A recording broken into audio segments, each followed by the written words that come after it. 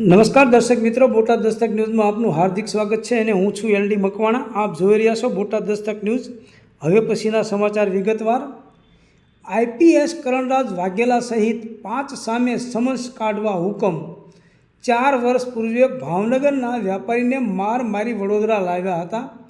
સીસીટીવીએ police કર્મીઓની મુશ્કેલી વધારી. 4 વર્ષ પૂર્વે વડોદરાના ઠગાઈના એક કેસમાં ભાવનગરના વ્યાપારીનું નિવેદન લેવા ગયેલી વડોદરા પોલીસે વ્યાપારીને ભાવનગરમાં અને ત્યારબાદ વડોદરા લાવી ઢોર માર મારતા તત્કાલીન ડીસીપી કરણરાજ વાઘેલા, પીએસઆઈ સહિત 5 પોલીસકર્મીઓ સામે કોર્ટમાં પીડિત વ્યાપારીએ ફરિયાદ કરી હતી. વ્યાપારીએ પોતાની દુકાનના સીસીટીવી સહિતના પુરાવા કોર્ટમાં રજૂ કરતા વડોદરા કોર્ટે આઈપીએસ કરણરાજ વાઘેલા સહિત 5 પોલીસકર્મીઓ સામે સમન્સ કાઢવા હુકમ કર્યો છે. 4 વર્ષ પૂર્વે વડોદરા પોલીસ દ્વારા ભાવનગરમાં વ્યાપારીની દુકાનમાં જ મારામારી કરવામાં આવી હતી. તેના સીસીટીવી પણ હાલ સામે આવ્યા છે, જેમાં પોલીસ કર્મીઓ સિવિલ ડ્રેસમાં વ્યાપારીને ઢોર માર મારતા જોવા મળી રહ્યા છે. આ બનાવ અંગેની માહિતી આપતા ધારાશાસ્ત્રી દર્શન પટેલે જણાવ્યું હતું કે ભાવનગર ખાતે ઘોઘા રોડ પર લીંબુડિયામાં રહેતા આશિષ કુમાર લાલજીભાઈ ચૌહાણ રીધી સીધી એપાર્ટમેન્ટમાં શક્તિ કોમ્પ્યુટર નામની દુકાન ચલાવે છે. 29 નવેમ્બર 2020ના રોજ આશિષભાઈ ચૌહાણ તથા તેમના કારીગર પરવેઝ હાજર હતા.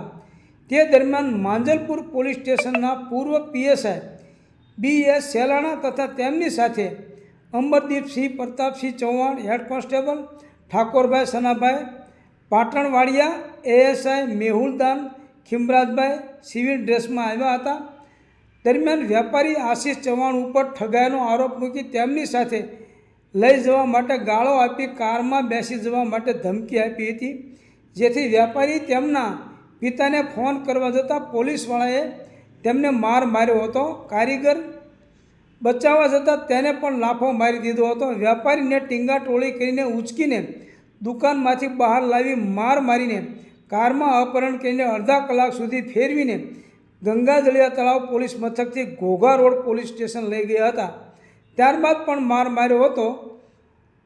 છોડાવવા પહોંચેલા તેમના ભાઈ ભાવેશને પણ પોલીસે ફટકાર્યો હતો.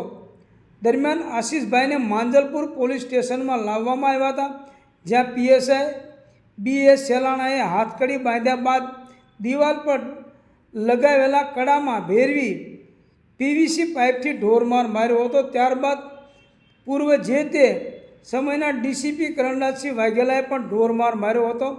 વ્યાપારીને માર માર્યા બાદ પોલીસ અધિકારીઓએ પોલીસ ફરિયાદ નહીં કરવા માટે ધમકી આપી હતી.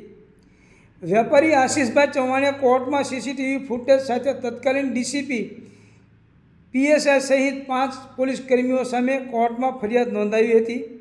કોર્ટે પૂર્વ ડીસીપી કરણરાજસિંહ વાઘેલા, પૂર્વ PSI BS સેલાણા, પોલીસ કર્મચારીઓ અમરદીપસિંહ પ્રતાપસિંહ ચૌહાણ, ઠાકરભાઈ સનાભાઈ, પહેલુદાન ખીમરાજભાઈ વિરુદ્ધ ફોજદારી અધિનિયમ કલમ 2204 મુજબ 18 ડિસેમ્બર 2024ના રોજ સમન્સ કાઢવા હુકમ કર્યો છે.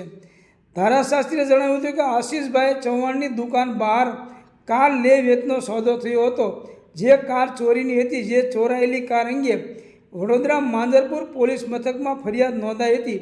જે ગુનામાં આશિષભાઈ ચૌહાણની સંડોવણી હોવાનો આરોપ મૂકી આશિષભાઈ ચૌહાણને વડોદરા માંજલપુર પોલીસ અપહરણ કરીને લઈ આવી હતી. દોસ્તો, આ જે ગુંડાઓ જે હોય એને પકડવા માટે પોલીસ છે, પણ જ્યારે પોલીસ જ ગુંડાગીરી જ્યારે કરતી હોય તો પોલીસ ગુંડાગીરી કરે તો એને પકડવા માટે કોણ? કારણ કે પોલીસ ગુંડાગીરી કરે એને પકડવા માટે કોઈ હોતું જ નથી. જ્યારે કરણરાજ વાઘેલા જે છે તે લોકોની જાણ મુજબ અને બોટાદના લોકોની જાણ મુજબ બોટાદમાં કરણરાજ વાઘેલા હતા ત્યારે તેમના પોલીસવાળા ગમે તેવું ખોટું કરે, ગમે તે ખોટું કરીને આવે તો પણ કરણરાજ વાઘેલા તેમના પોલીસવાળાને સાવરતા હતા અને એમના પોલીસવાળાનો પક્ષ લેતા હતા. કોઈ અરજદારનું સાંભળતા નહોતા. ત્યાર પછી ટૂંક સમયમાં જ મોટો કાંડ થયો અને લઠ્ઠાકાંડમાં કરણરાજ વાઘેલા સસ્પેન્ડ થયા અને બદલી પણ થઈ હતી. એવું લોકોમાં ચર્ચાઈ રહ્યું છે.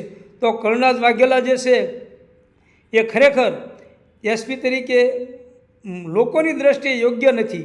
કારણ કે એ ફક્ત ને ફક્ત ન્યાય નહીં, પરંતુ એમના જે પોલીસ લોકો જે ખોટું કરે કે સાચું કરે કે જે કરે, એમના પોલીસ જે કરે એની તરફદારી કરવાવાળા કર્ણરાજ વાઘેલા છે.